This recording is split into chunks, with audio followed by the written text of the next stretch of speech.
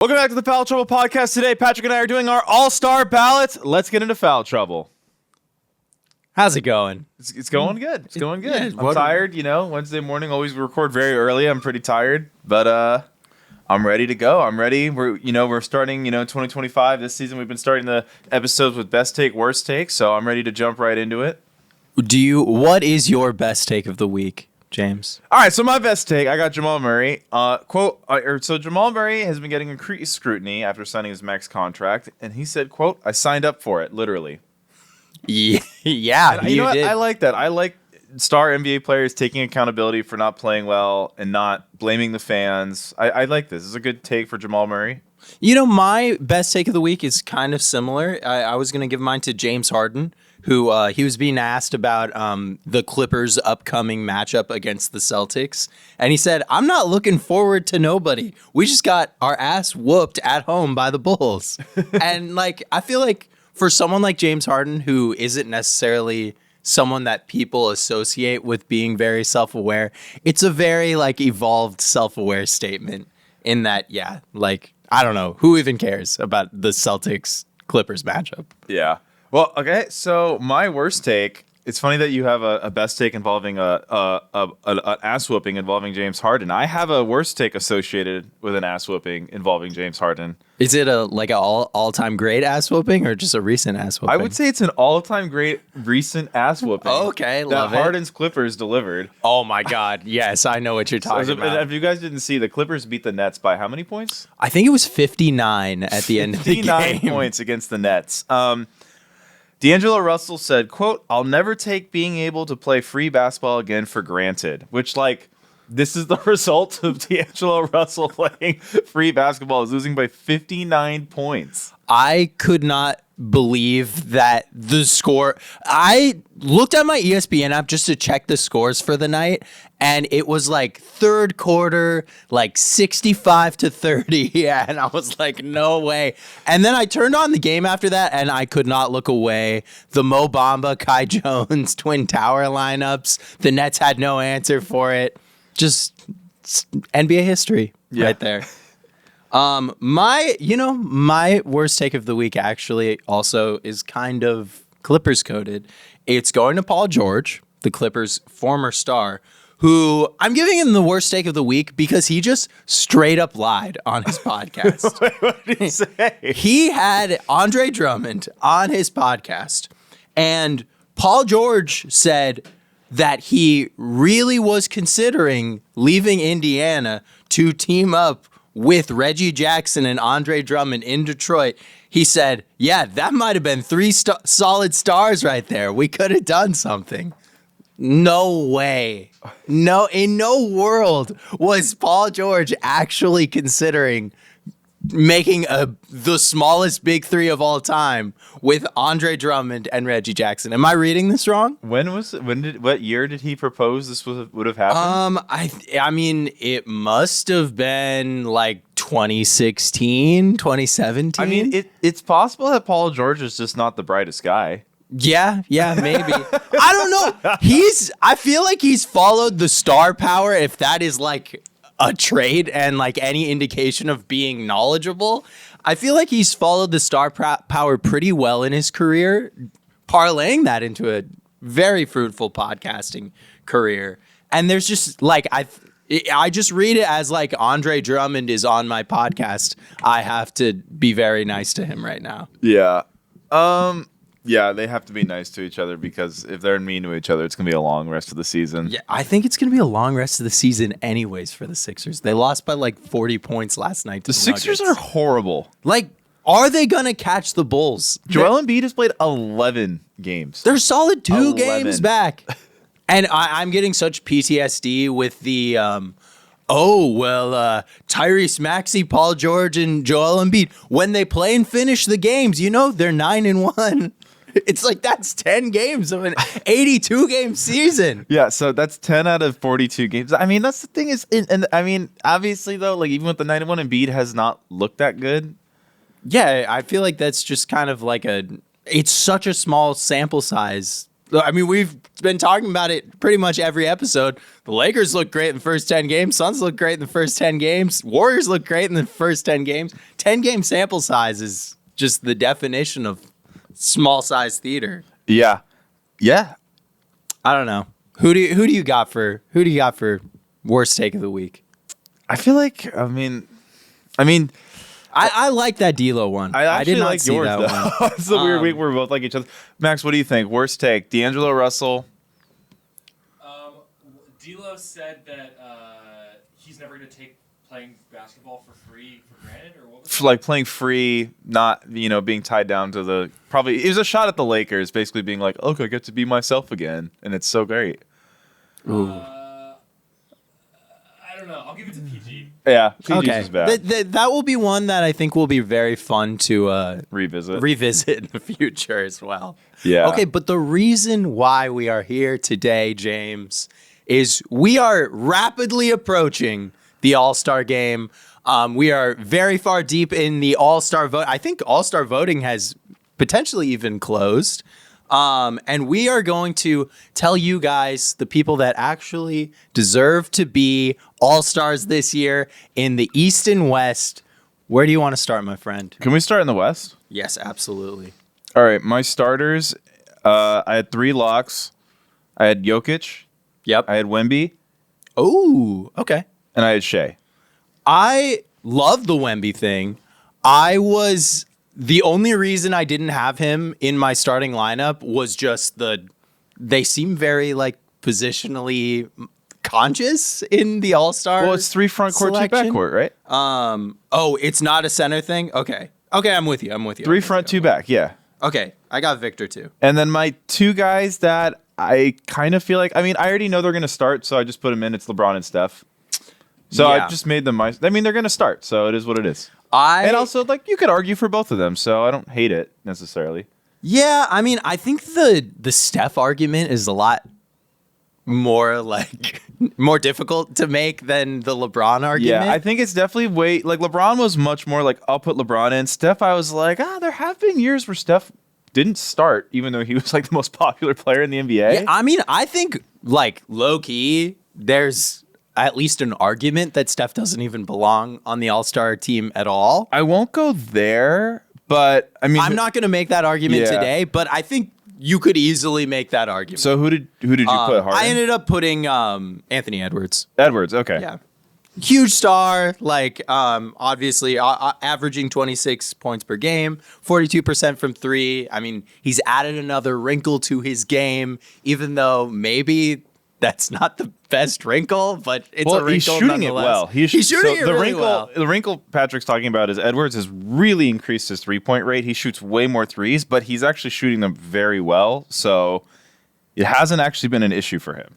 Yeah. So and then I put LeBron in because it's just he's gonna be the starter. Yeah. Why fight against? Also, LeBron world. has kind of been the best small forward. Yeah. Yeah. I guess he's more of a power forward. I don't know. But even arguably, I don't know. AD's been really just good. as good, Yeah. probably better than him. But Yeah, that's it's just part one of of those it. things It's just where part of it. When I put my 5 together, it's LeBron's going to be there. And then when I was parsing between Steph and Harden and Kyrie, it's kind of weird too. Did you have a games cutoff?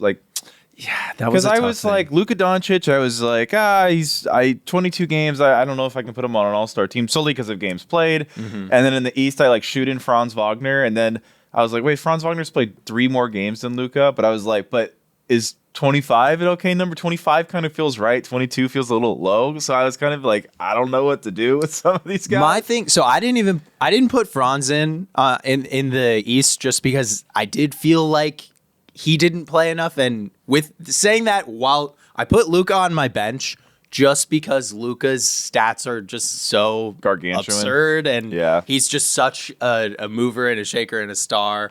Okay, can you give me what guards do you have in your West reserves? All right. So, I was going to make you pick between the 2 Suns for which one should be on the team. Oh, this is not an argument. And I am the biggest Devin Booker fan there is. Devin Booker does not belong to be on the All-Star team this year. Okay. Then my guards are Are you considering Edwards a guard or whatever Edwards is? Yeah, I would say Irving and Harden. Okay. Then I have special mentions to Fox. And John Morant also games played. That's why I don't have John. It's the games played. He's right. And that's why I don't have Luka on my team at all. It's just I felt like the low 20s was just that's like half the games. So I kind of just took them both out. Yeah. Both of them would have been on my team though. So with the Steph, like being Steph, it being in the Bay, that was just like an automatic write-in for my guard reserves. I knew Steph had to be there. So for my guards, I had Steph in there on the bench. I put Luka in just because he's freaking Luka Doncic, and I think he'll be back, and why not? If there's an all-star game and if they, I don't know, decide to play seriously, I want Luka in there. And then my last guard is I had De'Aaron Fox.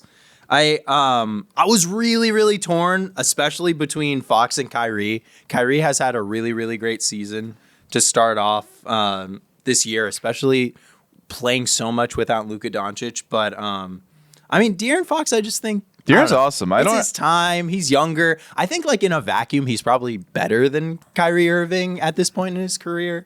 So that's why I went. And shouts to Harden. Like, I can't believe what you've done this year, James, but. Yeah, I mean, I really was very, very down on Harden and the Clippers as a whole, and he's definitely been proving me wrong. Let's see what happens when he accumulates more. But I realized the weird thing with Harden was I was kind of like, oh, wow. Like when I was doing my research, I was kind of expecting his numbers to pop a little bit more. Mm-hmm. They're pretty subdued. Yeah, you expect like double-digit assist numbers or like over 25 points a game, and that neither one is there. Yeah, and also like impact-wise, him, Steph, and Irving, when they're on the court, I know they all have different teammates, but they're all fairly similar in terms of like their, plus minus, when they're while they're just out there. I don't know about their on off, but yeah, I don't know. So, and Steph's actually was higher than Harden's. It was higher than Irving's. So I think Steph maybe, I don't know. I haven't really liked, I haven't liked the Warriors roster. I didn't like it in the offseason. I didn't like the beginning of the season. I was shocked when they got off to a hot start because I thought their roster was so bad. So I feel like Steph being able to be such a positive impact while he's out there maybe is just kind of one of those like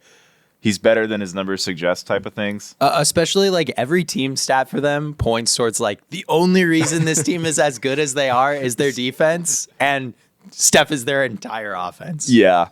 All right. And then my other guys I had Jaren Jackson Jr. Had him. Anthony Davis. Yup. Kevin Durant. Had him. And Domantas Sabonis, wow, who is the NBA's rebounds leader. Okay. Patrick, Domantas Sabonis also is the NBA's leader in 3-point percentage. That is crazy. And on over 2.5 shots a game. So it's not like he's shooting 1-3 a game. I have always I feel like I've been a little bit of a Sabonis downer, but I got to give the man his props. The Kings fans watching right now are like slamming their laptops. I can't believe it. I considered Sabonis, and obviously Sabonis, like his numbers are so freaky. He's such an incredible rebounder. I mean, just sniper. Yeah, he's a sniper. Everyone says that about him. But I had to give the Grizzlies a forward, and so it came down to me from between Jaren, J-Dub, and Domantas Sabonis, and I just think like J-Dub has been asked to do so many things, fill so many roles for OKC this year. I think OKC has been by far the best team in the league, just eye test and for pretty much every numbers wise. So I wanted to give OKC 2 all-stars. So Sabonis ended up being who I bumped out because I have Fox in there. So I've got my whole West reserves is KD, Luka, Anthony Davis, Jaren Jackson Jr., J-Dub, Steph Curry, and De'Aaron Fox. Okay. So, wow, our reserves are very different. Yeah, they I feel are. like last year we might have only differed on one thing between both All-Star teams, but yeah, very different. My reserves are Jaren, Anthony Davis, Anthony Edwards, Kevin Durant, Kyrie, Harden, and Sabonis. And I had Fox and J-Dub as my first 2 out. Doncic and Morant I would have had on the team. I would have bumped people out, but they are too few games. Yeah. I understand that. And like, hey, this is just fun. Should we go to the Eastern Conference? Yeah, the East I had a way harder time with. I think for the starters in the East, It was super easy. it was for me. super easy, but yeah, the there's bench. a lot of deliberation you can make. Okay, my first two guys that I just want to talk about, just because I didn't have them because of games played, was Wagner and Banchero. Yeah, Yeah. I didn't have either of them. But Wagner would have made my team had he played more than. See, that's the thing. I don't know what the cutoff should be. I wasn't prepared to be like, whoa, okay, because I knew Wagner was hurt and he was balling, but like. With Luka, I was like, I knew Luka was hurt, but I was like, wow, he actually has played more games than I thought. But it's like too few to put on the team. But and Luka should be back before the All-Star break. If he the doesn't, All-Star break is like in 2 weeks, though. If he doesn't, he should be back soon. If he doesn't come back, I feel like maybe the calculus changes a little bit, and that's where I don't know, maybe slide in a Kyrie Irving or a James Harden or even a Sabonis. Yeah. Starters, I'm going to guess they're the same. Giannis, Tatum, Karl Anthony Towns, Donovan Mitchell, Jalen Brunson. Yup. Cool. How about them New York Knicks getting 2 All-Star starters? Max, Cat, thoughts? He doesn't have a mic no today. mic today. He doesn't have a mic Just today. thumbs up, thumbs down. How, like emotionally, as a T-Wolves fan. Thumbs down. Okay. A heavy thumbs down. There's tears streaming down his face, and he won't look me in the eye. Yeah, Cat's been a stud. Okay, my bench, this was a lot harder. I had 4 guys that I was like, these guys are for sure on. I had a 5th guy that okay, Evan Mobley. Yep, got him. Jaylen Brown. Yep, got him. Lillard. Yep. Garland. I don't have Garland. No Garland. Okay. I had Hero as well. In? And Okay. then I just put 2 out of 4 of LaMelo, Trae Young, Maxey, Cunningham. And I just want to say, I feel like there's been a lot of Cunningham buzz, a lot of LaMelo buzz, not as much Maxey buzz and Trae Young, but the Hawks have 22 wins. The Heat have 21 wins. Like, I don't know. For me, Hero and the Pistons have 22. So, like, team performance wise, like Trae Young, Cunningham, and Hero are kind of all there. Mm-hmm. Hero is by far the most efficient of those 5 guys. Like, it's not even remotely close, and it's not like Hero's playing with small volume. He's averaging like 25 points a game. Yeah. I mean, I definitely had Hero on my long list, and I think mainly I bumped him out just because of role compared to other, like, really what he's depended on to do night in, night out compared to the other guards that I had on my bench. I had Lillard, I had Cunningham, and then I ended up having Trae Young. I think Trae's had like a really, really nice season, especially for like those of us that have been like watching and paying attention to the Trae Young journey. It's been a lot of, just is he a winning player? Is he a guy that can fit around talent? And this year, I think more than any other year in his career, he's really demonstrated that he's able to do that. I love the assist numbers. I mean, you just don't really get that from anyone other than guys like Trae Young, which is super rare in this NBA. And but my last spot really was between. Did you have Pascal Siakam in there? I did not, only because I looked at Siakam and I feel like Siakam is very like. I don't know. I feel like I guess Siakam maybe is similar to Hero in the sense that so much of it is not self-created. Like Siakam's closer to like 70% assisted, whereas Hero was closer to like 55. There's that was one thing I kind of compared between them. But yeah, I feel like Siakam's good, but I don't know. I didn't feel like needle mover from Siakam. I just feel in like that way. the efficiency is like so much higher than what we've come to expect from Siakam, shooting 40% from 3, 52% from the field.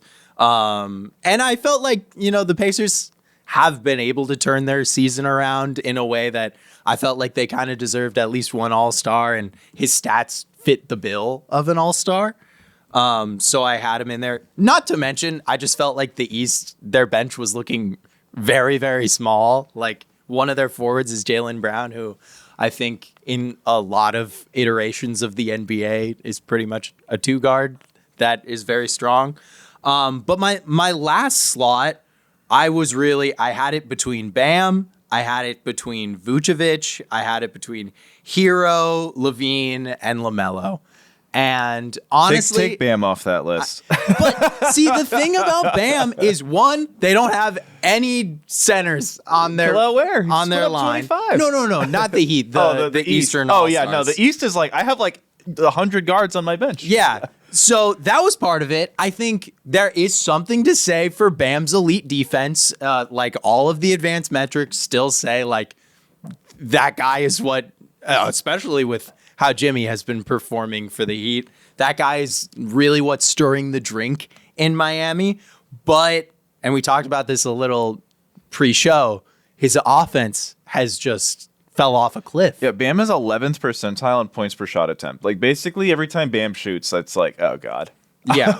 It's been so bad this year. All year it's been bad. It's not even like a recent dip has like taken the season total. It's like from game one, Bam has been a bad offensive player. And this is after Bamonte in the fucking Team It USA. turns out when LeBron's passing you the ball, it's easier to shoot when you're wide open. No, I think that's what made me really like Hero in this is like Jimmy's only like I don't think people realize through the Jimmy discourse that like Hero's averaging almost 10 points per game more than 24 Jimmy. points a game is like pretty sick. Yeah, and like obviously there's a lot of discourse with the Heat, and I feel like the Heat really do not have offensive talent, especially if Bam's not going to be a good like partner, and it's like it really is kind of like Hero and all the guys out there. The same way I guess you could say for LaMelo, it's LaMelo and all the guys out there, or Maxey too with all the injuries to their stars. It's Maxey and all the guys out there, but I don't know. I just feel like Hero has a similar role of like no offensive talent around him, but he's still wickedly efficient. And obviously the Heat are, they have better defensive infrastructure than the other two guys, but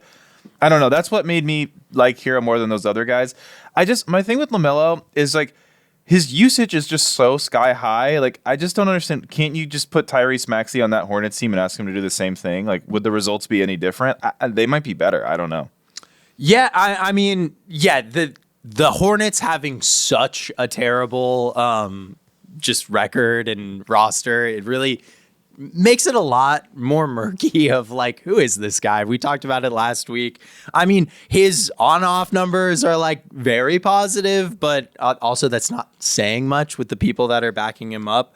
I did look at Vooch a lot. Nikola Vucevic has had an incredible bounce back season, especially on the offensive end. 20 and 10 guy, 3.5 assists, shooting 41% from three, 55% from the field. Like, I think that is definitely all-star worthy numbers as well. I'm still not totally sure who I think deserves this last spot, but I'm leaning LaMelo Ball just because there's 5 players in NBA history who have scored 29 points a game and not made the All-Star team. I think that is kind of like this is not all NBA. The volume is so high that you just have to be. Yeah, it's just kind of like a regular season number that I think kind of should be held sacred. Like it's like if you really are going night in, night out and scoring that much, like go be in the NBA's biggest circus of the regular season. So I'm going with LaMelo Ball. I'll hear that argument. I will say one thing for LaMelo too is I feel like there was a lot of expectation that Brandon Miller was gonna like step up and kind of like be a real second option, but Brandon Miller has he's bammed it up. Yeah, second year. He's in a real second year slump. His 2-point percentage is 2% worse. He's now at like 47%. His 3-point percentage is 2% worse. Like I don't know. He's just a less efficient player, but he's upped his volume on top of the efficiency dip. So it's kind of one of those things where that doesn't help. You look at Saloon, their big pick this in the draft last year. It's done nothing. Mark Williams, I think, has proven to be like, I don't know, the 20th best center in the NBA, which I think the Hornets fans had a lot better hopes for him. So, I mean, I think all that needs to be held into consideration. And I just want to see LaMelo Ball in the All-Star game. It would be a lot more fun than some of these other guys.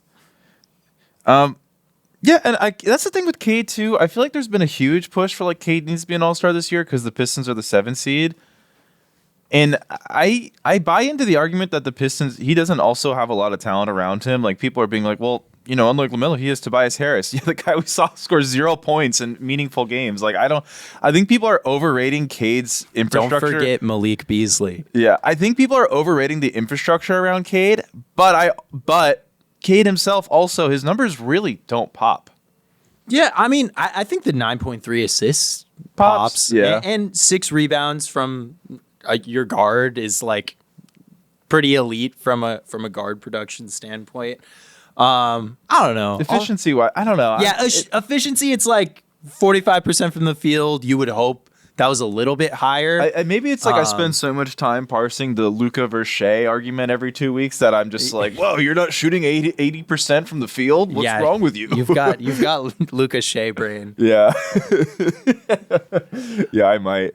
No, yeah, I But think he is Cade- 6'6". Yeah. Let me say that. And like, the taller you get, the higher that field goal percentage should get. Yeah. Okay. So of the 4 that I liked, I'm gonna choose Trey and Cunningham. I just feel like Garland needs to be there. I feel like one thing that really makes the Cavs work is his off the dribble 3-point shooting threat. I think that kind of like really helps unlock the double big lineup. I feel like Garland's a big mover. I think his spacing and range really helps, his off the ball movement. Not the defensive player that, he can be, so I don't think that's an argument over some of these other guards that we talked about. But I just feel like the Cavs deserve to have these guys here, and I feel like it's a little hypocritical since I only gave the Thunder 1, but I just feel like the West is a different conference than the East.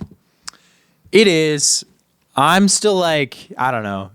Like, I'm all for awarding teams with all-stars. Obviously, I did it with the J-Dub selection, but 3's a little rich for my blood. Mm-hmm. Yeah, I don't know. Darius Garland's been good. Do you feel like the East All-Star team is kind of meh?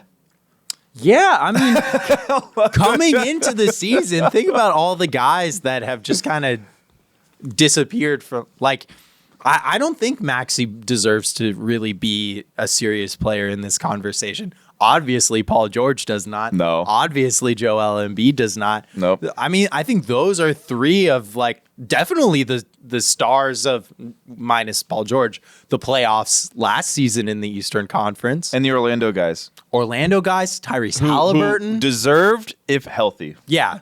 Yeah. Tyrese Halliburton is not in this mix this year because he's just had such a weird season. Yeah, the Pacers were the hard one for me to quibble with the Siakam one, because I was like, I feel like I have to give the Pacers an all-star. They're 24-19. They're the 5th seed, but I don't know. I was like, Halliburton is like just objectively worse than last year, and I don't know. Siakam to me just isn't really like that kind of like, I don't know. He just doesn't move the needle for me in that kind of fun, exciting. Like, I don't know. He's not spicy enough for you? It's like, would I rather have Trae Young or Pascal Siakam? I think I'd rather have Trae Young. Oh, or Pascal Siakam? Yeah, definitely Trae Young. Yeah. Yeah, I'm trying to look.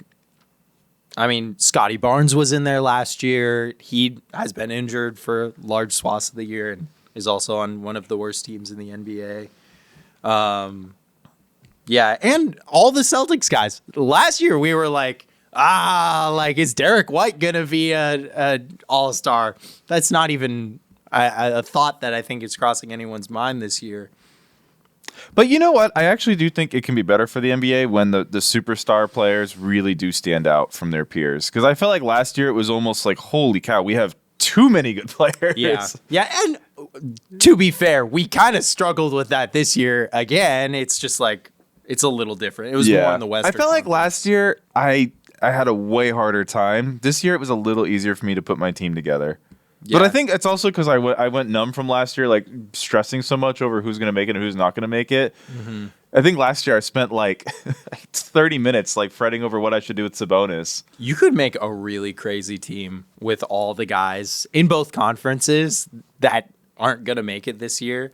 Like, you got Zion, you got Book, you got like arguably like Gobert, Sabonis, whoever is out, Şengün. Yeah, I didn't have a Rocket, but also I don't know which Rocket to pick. I put Şengün on my list. I put Jalen Green on my list to look at, and then Şengün got benched for the last 8 minutes of the game the other day. Neither one of them just stand out enough, and I think that goes to our worries about the Rockets just in general. It's like they need to consolidate. I mean, that's the problem with Şengün is the way Şengün's evolved his game. I don't think is good. I just don't like the way Şengün is kind of evolved from kind of like more of like a Sabonis, Jokic-y, his own version of like the playmaking hub guy to like I score and then Udoka gets mad at me and I don't play. He's really like he is really like the good version of Nurkic. I feel like if Nurkic actually had the skills to back up who he thinks he is, he would be Şengün. The problem with that is when you start getting guys that are like really, really talented on ball, Şengün is still going to be like, hey, we're playing through me, right? Yeah. Like everything needs to go through me. Yeah, it's weird. It's like everything we didn't like about Jalen Green at first, we were like, this is why Şengün's cool. It's like, I don't know. It's like Şengün's, you live long enough to become the villain. It feels like. Well, it's a floor raiser, but I think it kind of disrupts your stars in a way that might lower the ceiling. And obviously, the Rockets don't really. Yeah. I don't think they should be too concerned with their ceiling right now and just. Yeah, the Rockets like, are 20-14. They're fine. Just roll with it, guys. But I memean, it does speak to our worries there. You didn't have any Jazz? I really looked at is Taylor Horton Tucker on the team still? No. He's a bull. I really looked at Bryce Sensabaugh, but I thought maybe next year. No, Portland Trail. no Jordan Poole. Yeah, I looked at Jordan Poole. I looked at DeAndre Ayton. DeAndre Ayton just really wanted the weekend off, though. Yeah. Okay. Let's. Okay. Those are our all-star teams. Those are our all-star teams. Yeah. Okay. Let's get to hot streak shooting slump. Hot streak shooting slump, the part of the show where we recap our last 7 days of life and determine if we are on a hot streak or a shooting slump. James, it's just gonna be me and you today. Yeah. What are you feeling? What am I feeling? You had a very exciting and explosive story last week. I did. I hope you're feeling better. I'm feeling much better. Didn't hear that? Go back. You're gonna want to listen to it. Yeah. I'm recovering from literal death. No, I would say I'm on a hot. I feel like I'm on a. You know what? I'm gonna say I'm on a shooting slump. I've been touring warehouses and office spaces to call my own, and it's really hard to find a good one. It is really, really hard. It's like every time I find a good one, there's something wrong with it. This goes back a couple weeks, but like found the perfect one, and it was next to a commercial tile cutting company, and there was just a constant, but it was like quiet. But it was just enough that I was like, if I heard this 6 hours a day, I'd lose my mind. Yeah. And the cameras would pick it up. And then it's like I found an office building, and they're like, and I was like, this is cool, but I low-key feel like I'm going to make too much sound, and you guys are going to get mad at me, and I don't want to be in a 2-year lease, and a month into it, you guys are mad at me for making sound. They're like, no, you're going to be fine. And I'm like, I don't think so. Yeah, that sounds like someone trying to sell me this warehouse. Yeah. And apparently, like, the warehouse size I'm looking for is right now the most popular size, so that, I don't know. I'm going to look at 2 after today. So I'm hoping to get that. But one little bump, I have been my football team, the Giants, has been horrible forever. And so I've been hopped on the Bills bandwagon for like 5 years. So I've had to endure like year after year of heartbreaking Buffalo Bills loss. They finally, they beat the Ravens. They finally got the opportunity to lose to the Chiefs again. But no, I actually think the Bills are gonna win by over 10 points. I'm feeling Buffalo blowout, and so I'm optimistic. Okay. I'm excited to watch the game. I feel like at least from an NFL standpoint right now, very much in the minority in that like my Cardinals, they really haven't made much waves in recent years. So I'm just kind of like watching the NFL from like a bird's eye view, and really, I'm just like, let me see the history. So I'm just cheering for the Chiefs. I want to see a three-peat. We haven't seen a three-peat in any American sport since the Lakers with Shaq and Kobe, which is far before I was really cognizantly watching sports. So that's kind of where I'm sitting right now.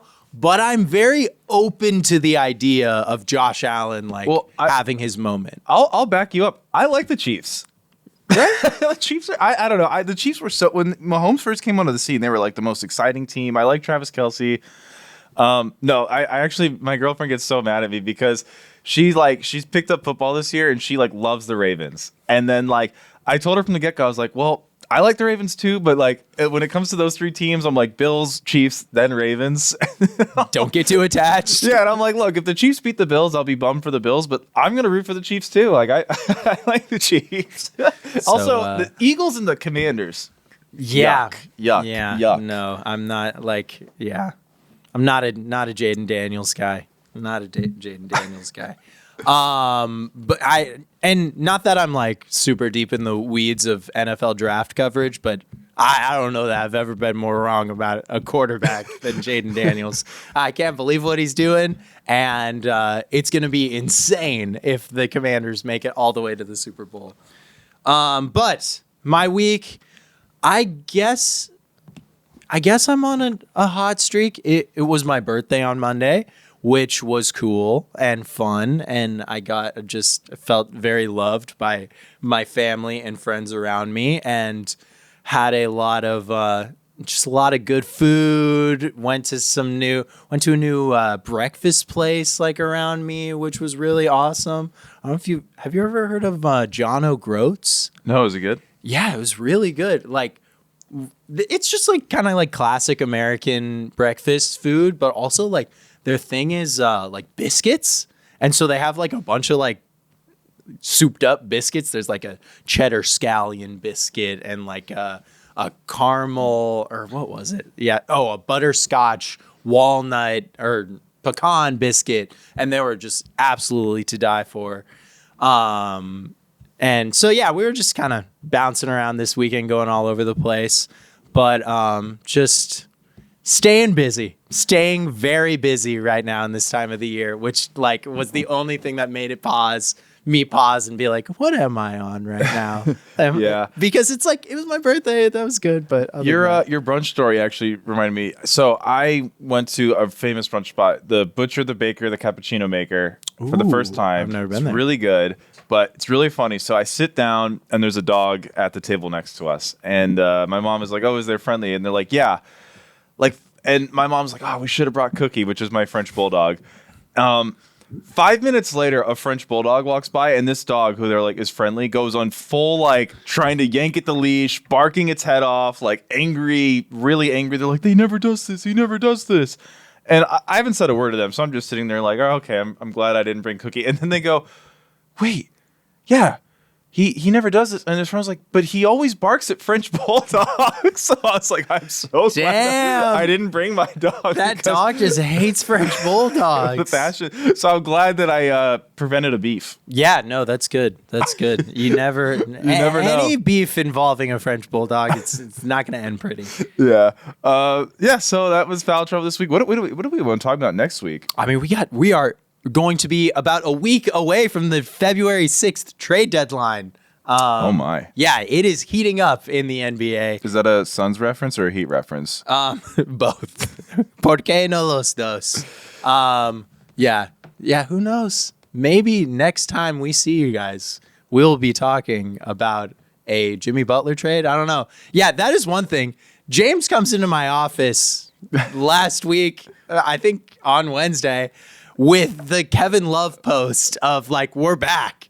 And in my mind for like 2 hours, I was like, okay, well, I guess Jimmy Butler's just going to stay in Miami. This is done. Spoiler alert, it is not done. It seems like we are barreling towards something very dramatic happening. You know what? We're going to get Vice uniforms for the rest of the year. The Miami Heat, I'm hoping, will rebrand full-time to Vice. Which they should. There's so many teams in sports that are black-red with a touch of yellow. They should. Any team that is black, red, or red, white, and blue, I'm like, just change your branding. Yeah, the Hawks are also red, black, white, yellow. Yeah. And they're in our division.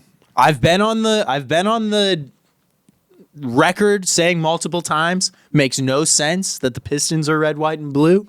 They had their Bad Boy City jerseys last year that were black and gray, and it made sense because it's like an auto shop, which is like black and gray.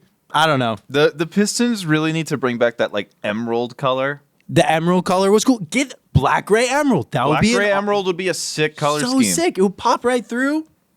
Suns. I don't know what we're doing. Yeah, we need the sunburst jerseys. I think we're in the worst era of NBA jerseys and logos. Like the Hornets logo is a tragedy compared to the old Hornets logo. Yeah, we were just talking about this in the group chat. Yeah, the Hornets. It's too bright.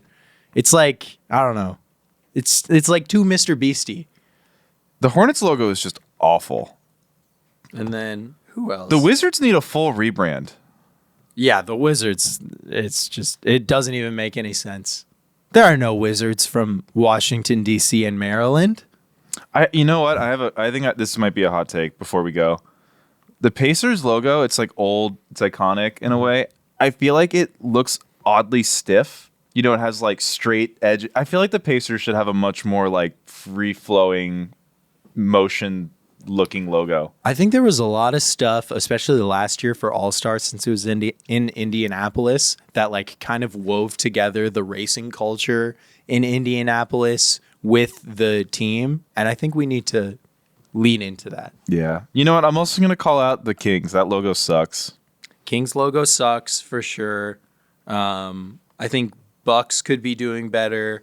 But I mean, and then of course, our favorite jersey franchise to rag on, the Dallas Mavericks. Never had a good jersey in their lives. The Navy one was okay. It was okay. All right. We'll see you guys next week. Peace.